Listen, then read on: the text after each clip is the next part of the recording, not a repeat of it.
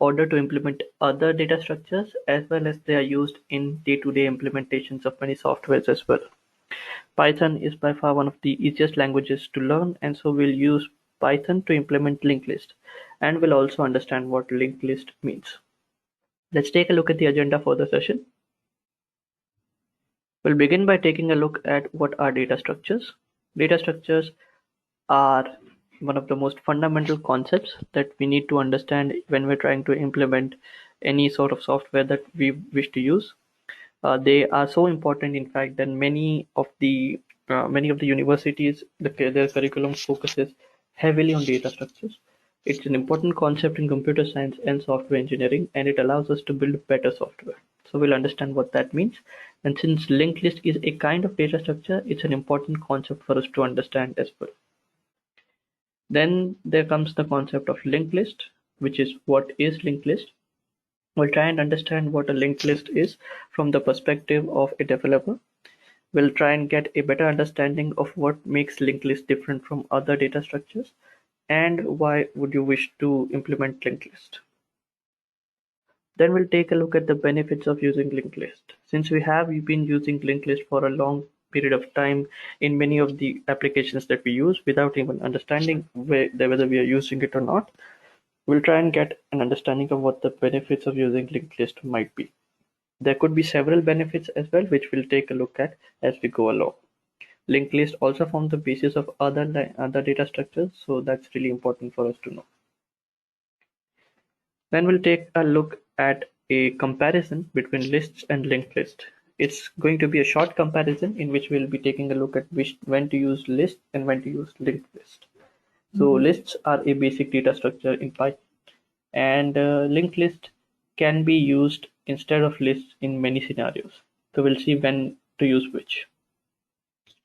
Then we'll take a look at the types of linked lists.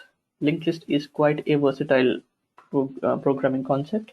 It has several variations. Each variation focuses on one thing over the other. So we'll take a look at the benefit of using one type of linked list over the other, and we'll take a look at how to use it. And then we'll have a demo in which we'll implement linked list using Python. Python is one of the easiest languages for us to learn, so implementing a linked list in it is going to be really easy. Python is quite readable as well as quite comprehensive. It's easier for us to write code in Python, so we'll see how to use that. All right, let's begin by taking a look at what are data structures. So a data structure is a particular way of organizing and storing data in a system's memory so that it can be used efficiently for some purpose. A good example of this would be and arranging data is a very important aspect of any programming language. Some kind of arrangement of data might be better suited for one purpose than other purposes.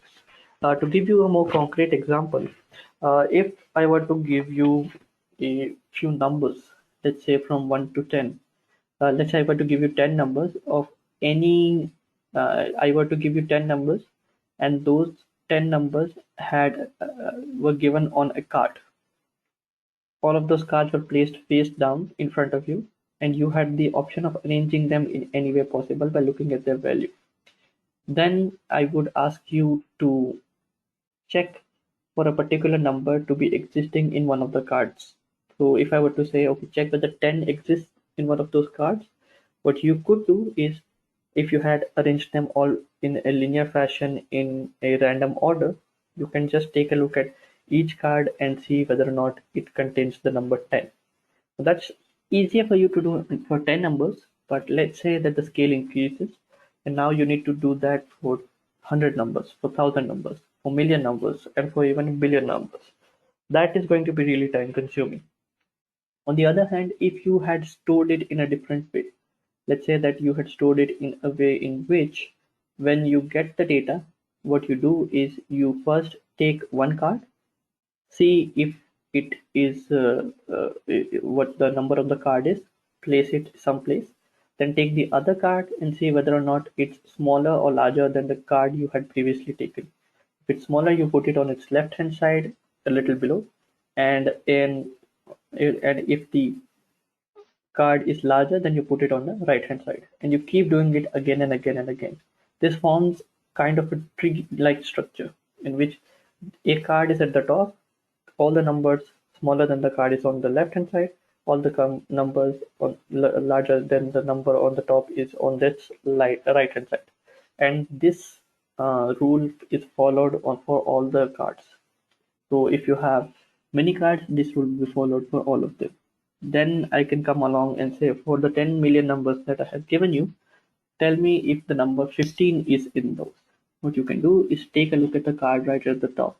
If the card at the top is larger than 15, which means 15 is smaller than the card at the top, you look at the left portion of the structure that we have created.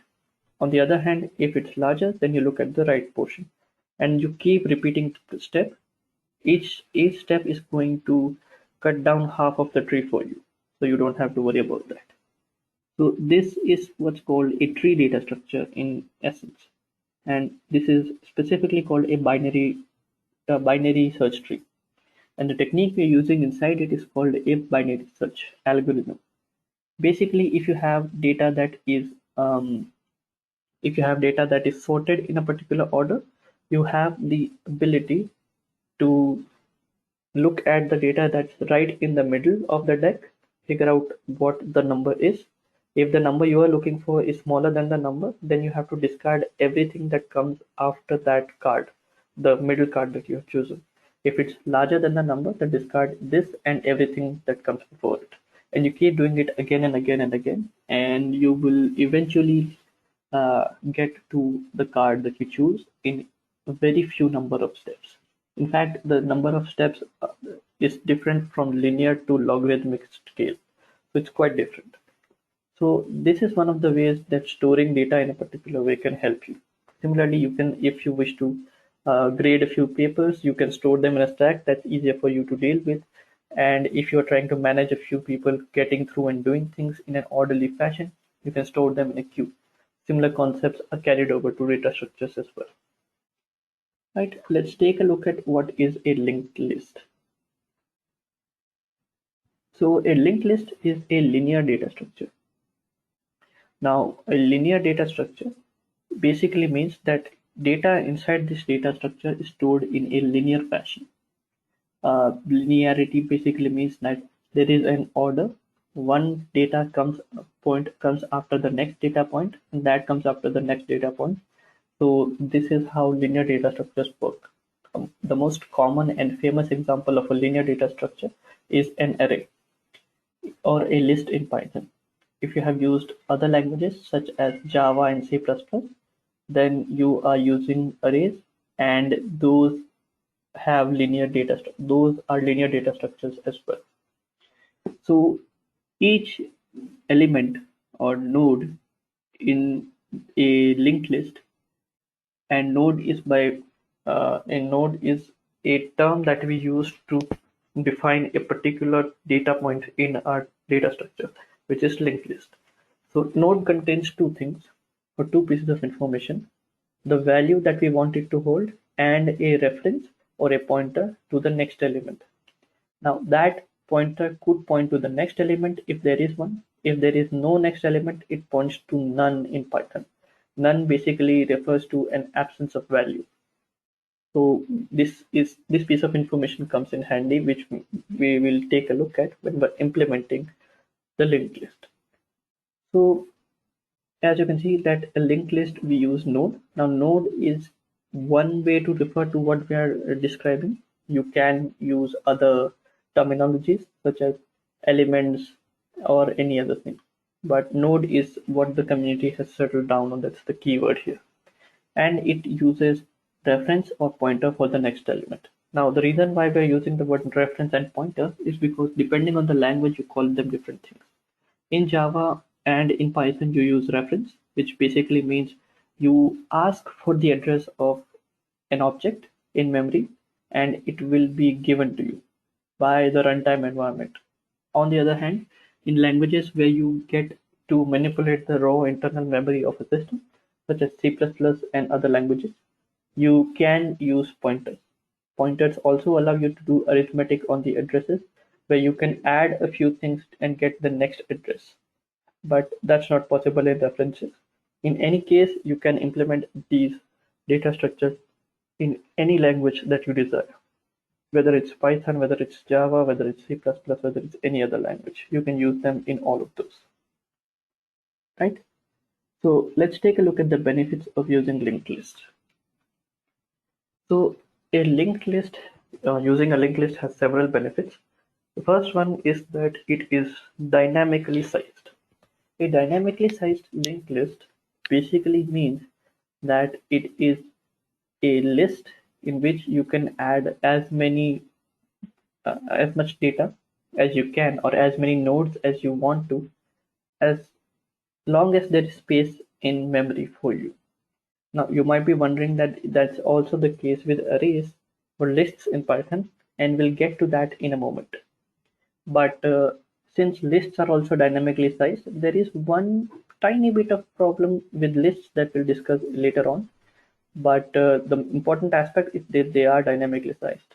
Now, similar concept to list in Java and C++ and other statically typed languages is arrays. Arrays are not dynamically sized.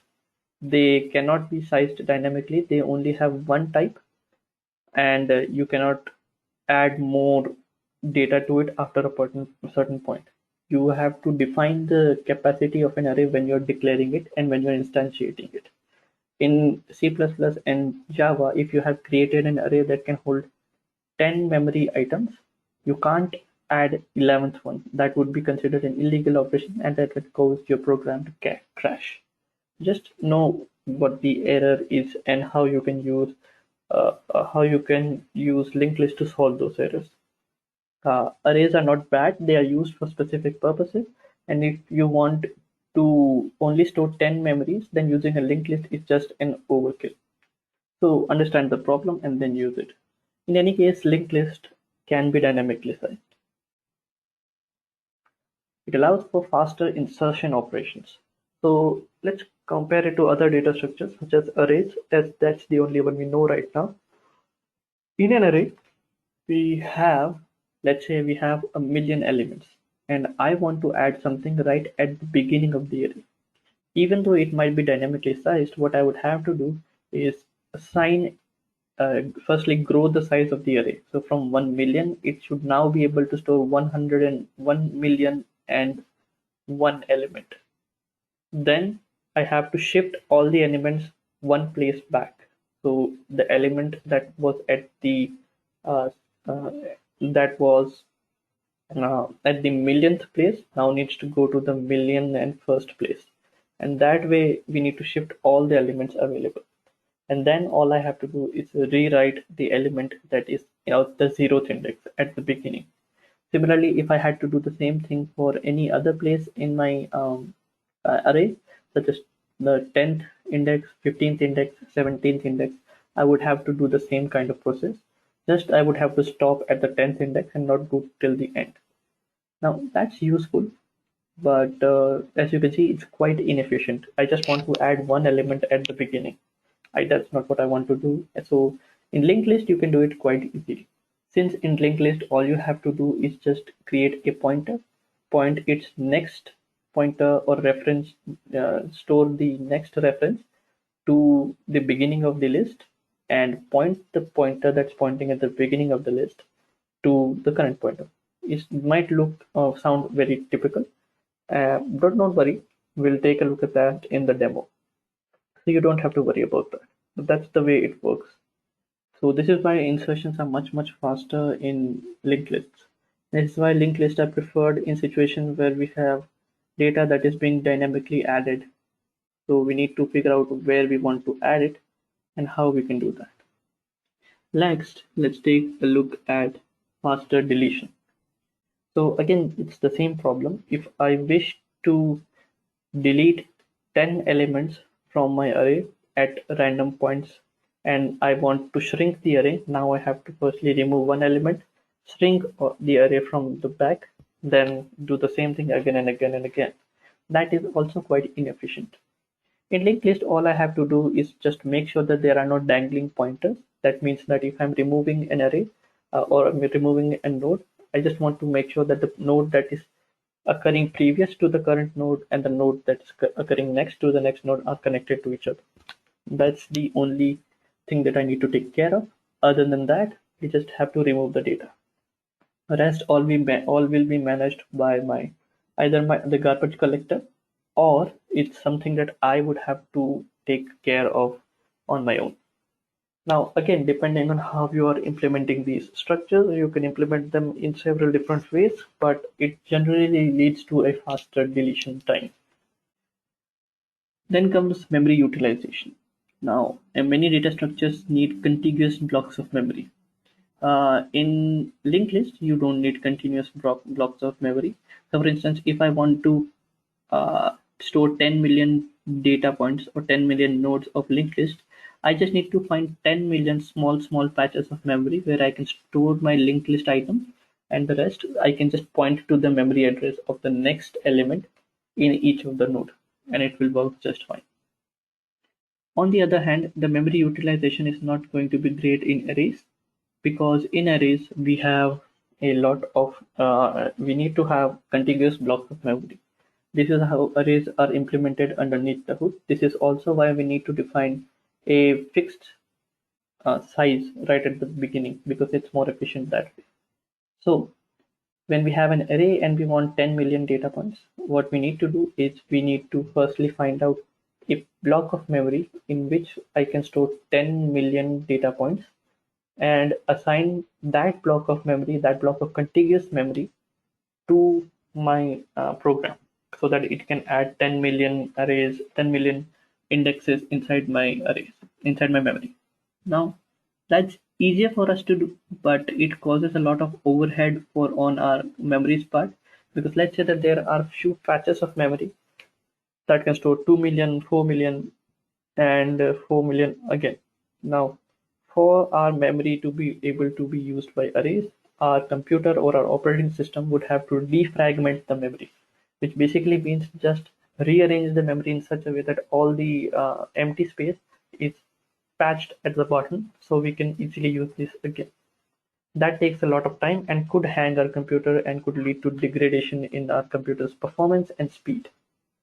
So let's take a look at how we can fix something like this. So we use linked list for that. But before that, let's take a look at lists versus linked lists. So what is the difference between a list and a linked list? A list is a Python programming construct. So when we're talking about list, we're talking about the native Python implementation of a list. And a linked list is going to be something that we will be implementing in a few moments' time. So in Python, we already have a built-in data structure named list, but it is a little different than linked list.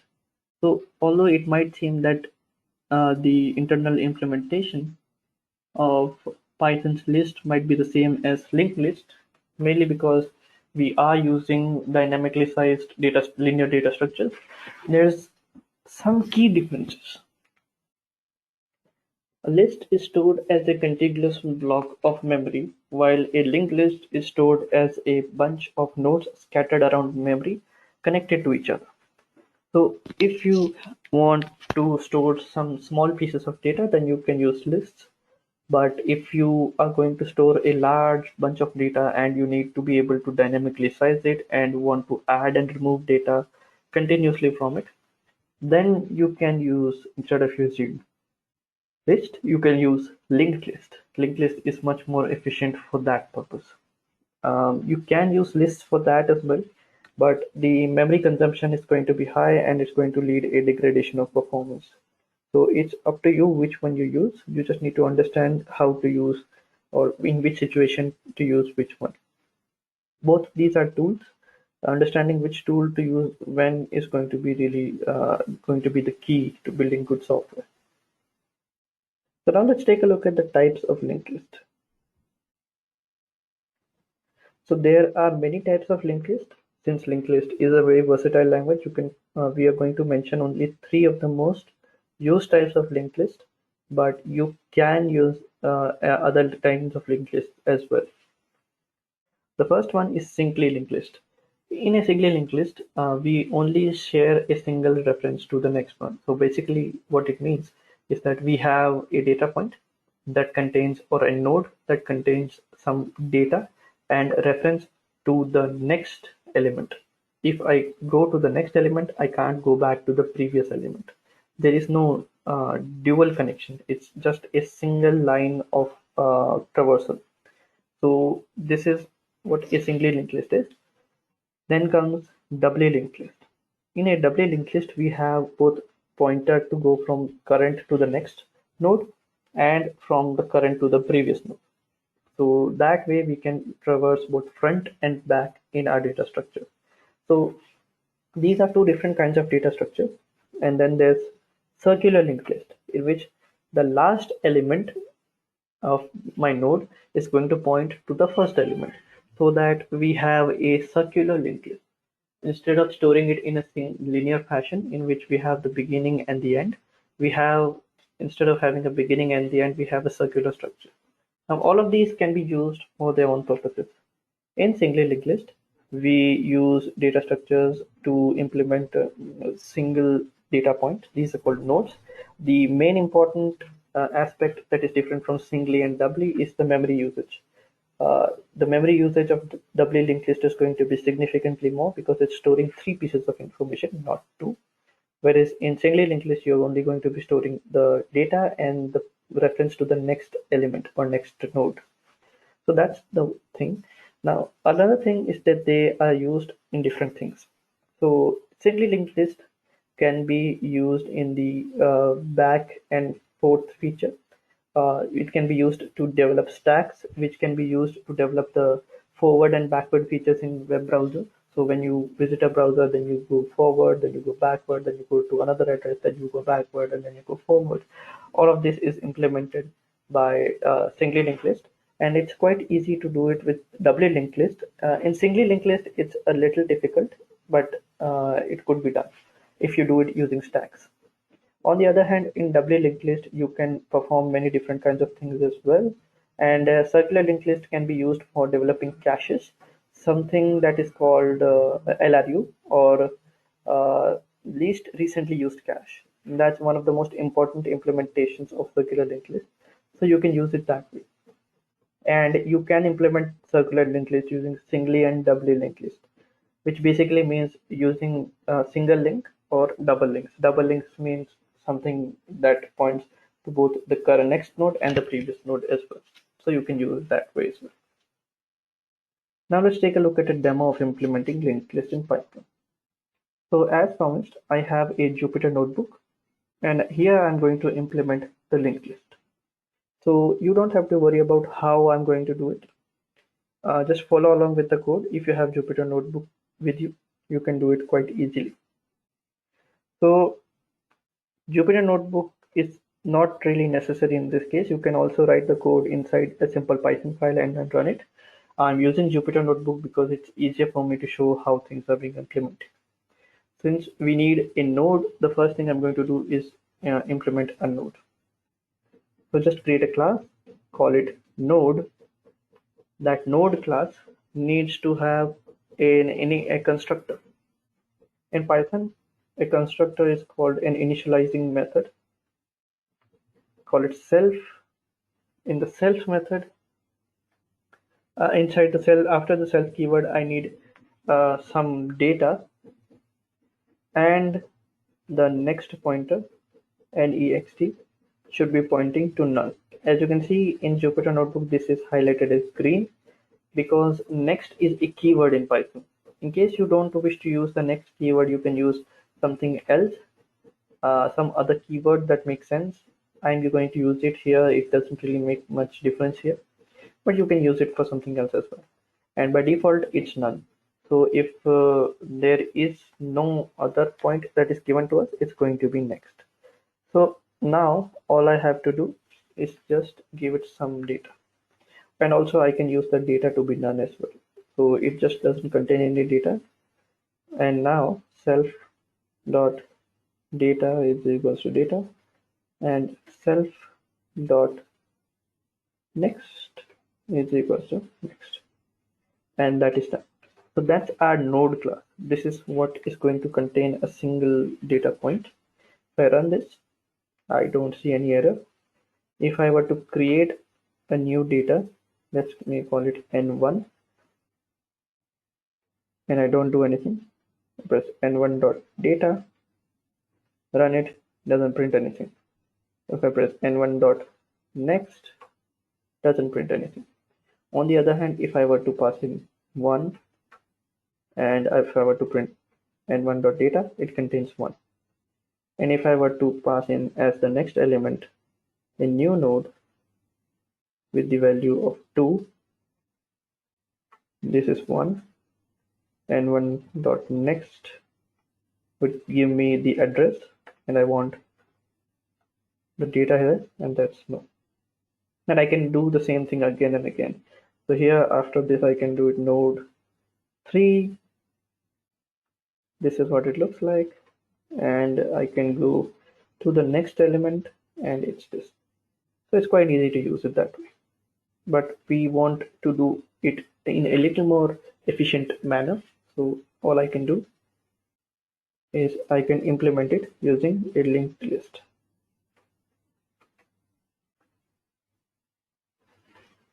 Now inside the linked list, I don't need to inherit it from any other class. Here I am initializing it, and all I need is self. So self, and you can call it anything. Many people call it start, I call it head. So head is going to be the element that is pointing at the beginning of our list. If head is null, which means there is no beginning, that means our list is empty. And if your head is not none, that means that there is some element at the beginning. How many elements are there, that can only be determined by going through the entire list, but we know that there is something at the beginning. That's all we want to know. So with that, we have created the initializer or the constructor function. Now comes the meat of our application. Here we have to implement the insert function or the insert method, since it's inside a class. First parameter is self, second parameter is data. Now comes the interesting aspect. So what we do is we create the new node here. So it contains the data, and the next pointer is going to be pointing to nothing. Now it is up to you how you want to implement it. What many people do is that they create two separate functions: insert front and insert back. Now this depends on how you want to implement it. I want to keep this simple, so I'm just going to call it insert. Insert front and insert back basically mean I want to insert some data at the beginning of my list, and insert back would mean insert some data at the end of my list. Depending on how you wish to implement it, both are valid reasons. Just understand why you want to implement it at the front or at the back. Now, all I want to check is if, not if self dot head is not none. Now I could simply just do this, if self dot head. That would lead to the same thing, but I want to be more explicit here. So basically means if there is some value in the head, the head is pointing to, that means our list is initialized and there are some elements already there, and I want to put it at the end. All I have to do is I have to current is equals to self dot head, while current dot next is not none.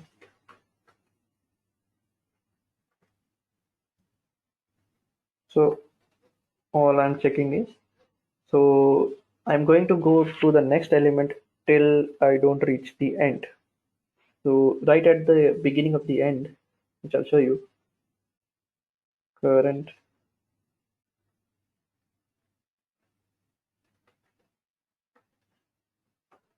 is equals to current.next. So what I'm doing is, let's say that I have a list in which I have one that point to 2, that point to 3. Let me just make it a little easier to read. Now what happens is I take a look at the head. Head is going to be pointing to 1. From here I take a look at the head and I understand that there are elements here.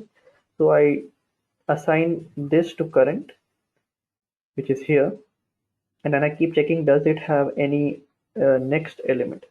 It does. So I go to the next point, which is here, current is equal to current.next. Then I check if there's some element after it. There is. So I go there. Then I check if there's some element after it. There is not. So current is currently pointing to the end of the list, right? So after reaching there, all I want to do is current.next is equals to new node. So let's say the new node is 4. Now current.next is going to be equal to 4. In actuality, it's going to be pointing to none here. So I'm checking if the next element is not none, then move ahead. It is none, so I'm going to go to 4, and its next element is none. And now we're done. So this is how this is working. We have inserted an element when there is no element present inside our, when there is some element present inside our list. But what if there is no element? Well, then we can just basically do it this way.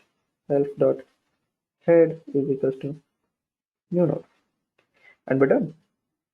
I'll have to add an else clause here, and we're done.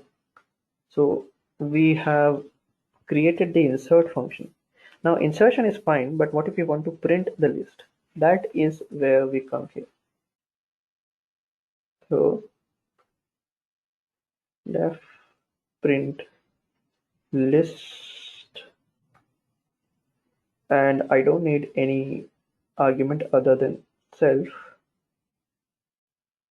current is equals to self.head, and while current is not none, all I have to do is print current.data. Okay, so this is done. Now all I have to do here is create a linked list, which I can call it anything. I'll call it list, or for simplicity's sake, I'll just call it L. Linked list. I have created an object of linked list, which means this code ran completely, this portion of it. Now I have to insert some data here. So L dot insert 1, that works. 2, that works. 3, that works as well. So as you can see, I didn't have to define a particular size. The size is being automatically generated for me. It's automatically being increased in its size. Now, if I print the list, as you can see that it is going on uninterrupted, right? That's a problem. So let me just call cell dot, and this is a problem that we're going to see in a moment. Restart and clear output is going to be the one. This is also one of the reasons why I chose Jupyter Notebook. And now let's take a look at why this failed. And the reason is quite simple, because we have not moved ahead in our list. What happened is, after we print the data, we want current is equals to current dot next. This is a mistake that many of us make many times. What's happening is printing the current data, and we're going to the next value, and we're checking, okay, now am I pointing to nothing? If not, then that means there is some data left to be displayed. So I'll just rerun it again from the start. Linked list, insert, and print. And as you can see, it's being printed correctly. Now, if I want to print it entirely on one line, I can just, and now it's done. So this is what it looks like. As you can see, it's not really difficult to implement. It's basically 15 lines of code, creating, insertion, and printing. You can also delete the nodes. There's many different articles and different ways of doing it. And now I'd like to show you how you can implement a doubly linked list. So we'll implement it from scratch again so that it gets settled in your memory. To implement it in a doubly linked list, you have to implement it the same way you implemented singly linked list. Firstly, you have to create a node that's going to be a little different from the singly linked list node, and I'll show you why. Hopefully you remember why, but let me just show you anyway. So we need self, then we need data, which could be none. Then we need uh,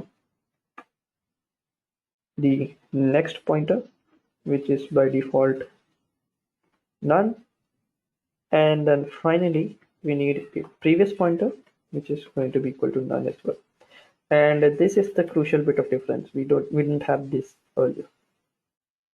So now all I have to do is just self dot data is equals to data, and do the same thing here. Self dot next, and self dot previous is equals to previous.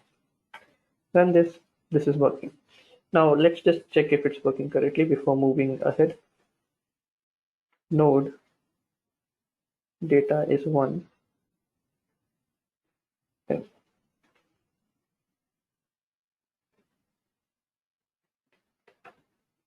Okay, so I print n dot data.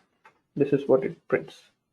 Now I want something to be before and after this, right? Let me just do it this way. Node 1, node 2 is going to be this.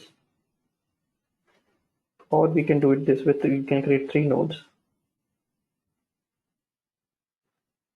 2 and 3. N1, N2, and N3. So N1 dot next is going to be N2. So right now what we have done is this. We have created 3 nodes, N1, which is 1, which is pointing to 1, N2, which is pointing to 2, and N3, which is pointing to 3. Now what we want to do is, we want to convert it to this. N3 plus N2 should also be pointing backwards, and N3 should also be pointing backwards. This is the whole reason why we do doubly linked list. So N1 should have a reference to the N2. N2 dot previous should have a reference to N1. So this could be done. Then N2 next should be N3, and N3 dot previous is equals to N2. If I do this, now if I were to print N1 dot data, prints 1. If I were to print N1 dot next dot data, I have an invalid syntax error here,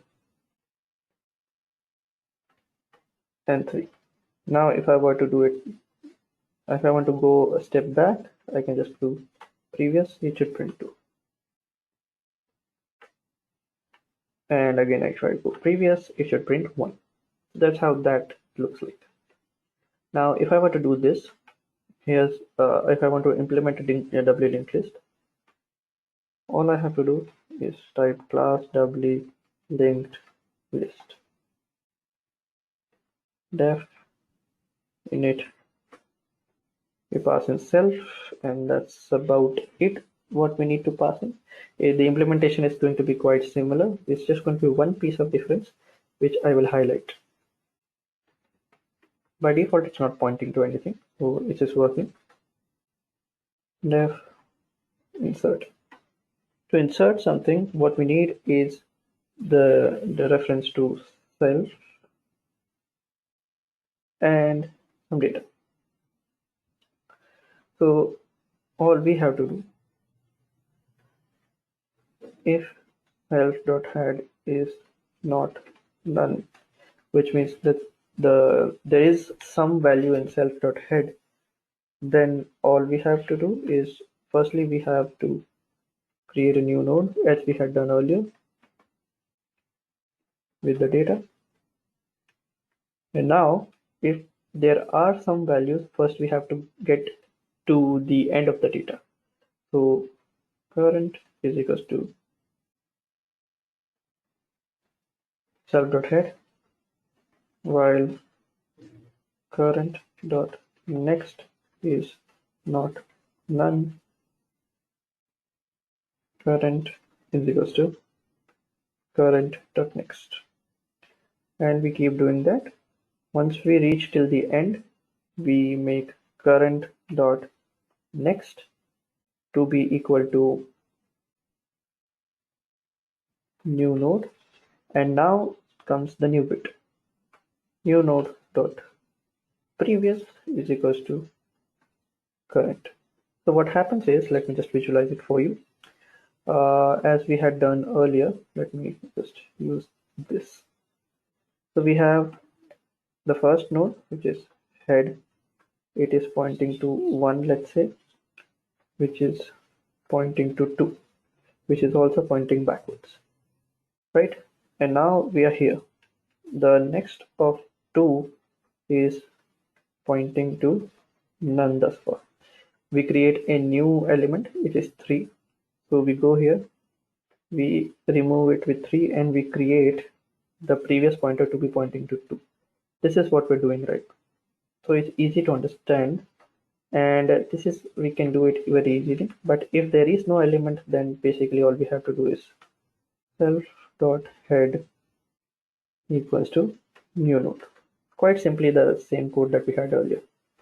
And similarly, all we have to do is call the print list function, pass in self, while, and also we can current is equals to self.head, and just check if current is not none. We print current.data, and we go to current's next pointer. Run this. We have run into an error, which is if self.head is not none. We are running into an error in line number 7. So it's here. Let's see what is the issue. Is not none, not in, not none. That is the issue. So now we have come up with the issue. Now let's create a new node. Let's call it L again, and I'll call it Doubly linked list. Don't need to pass anything. L dot insert 1. Now we want to insert 2. Now we want to insert 3. And now all I have to do is go through the entire thing as we had done earlier. So L dot head dot data, L dot head dot next dot data, L dot head dot next dot previous. So we go one step forward and then one step backwards. Should print 1, which it does. Next dot data 3, previous dot data, and should 2. So as you can see, we have a way to move forward as well as backwards here as well. So that's what W linked list is. You can do other things as well. Deleting items here is going to be a little tricky, so just make sure that you have access to the previous and the next nodes, and that way you can take the previous nodes next pointer pointed to the current element's next node, and the next element's previous node should be pointed to current element's previous node, and then you can just remove the data that you have. It's very easy to do, quite easy to do in many ways. So we're done here with the demo. If you wish to learn more, you can take a look at other things that we're going to be showing you now, and we also have another sessions planned out for you, live sessions today as well, so you can take a look at the catalog there as well. So now let's take a look at some of the resources through which you can learn this.